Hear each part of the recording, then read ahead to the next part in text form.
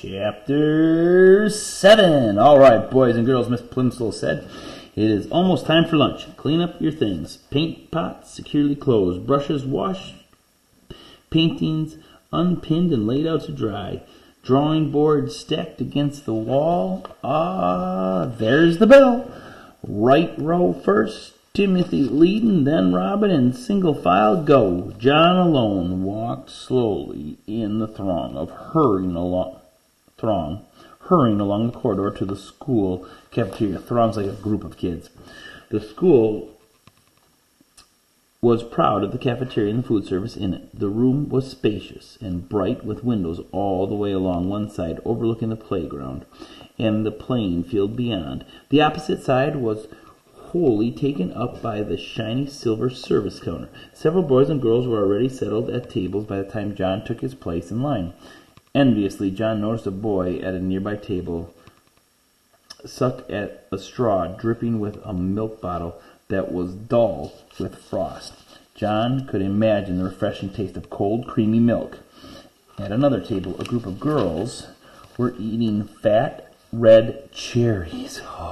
John could almost feel the firm fruit on his tongue and the pleasure of biting through the tart, juicy pulp. The cherries must taste good. They must be thirst-quenching.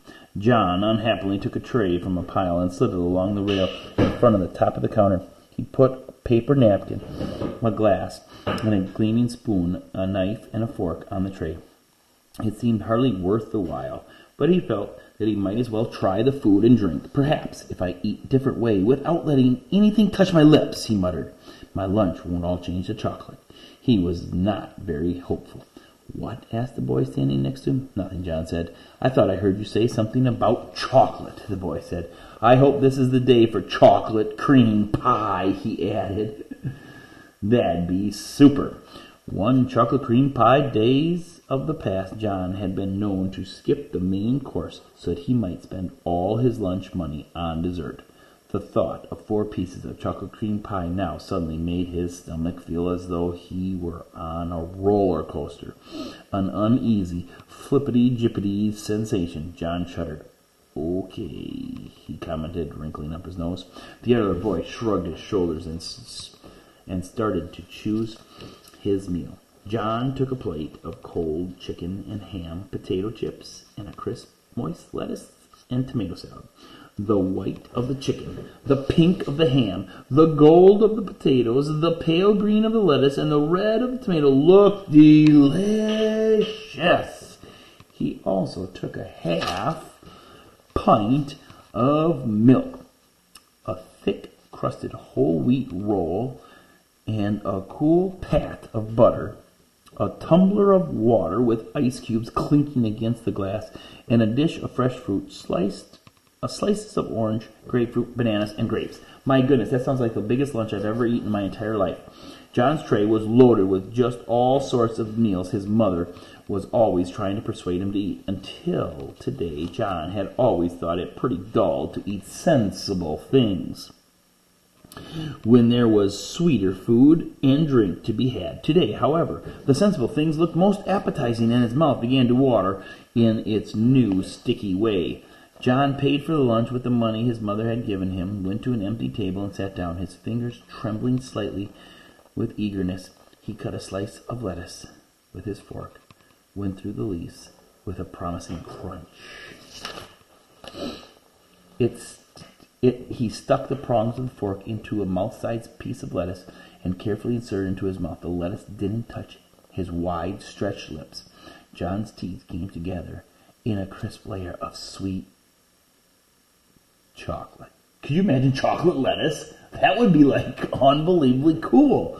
He took a small piece of potato chip, tilted back his head until it was looking straight up in the ceiling, and dropped the morsel straight down into his throat.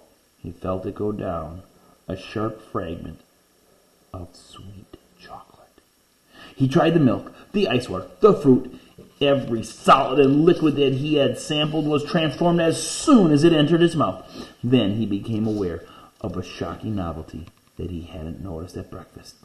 At the rim of the glass, there was a small semicircle of opaque brown.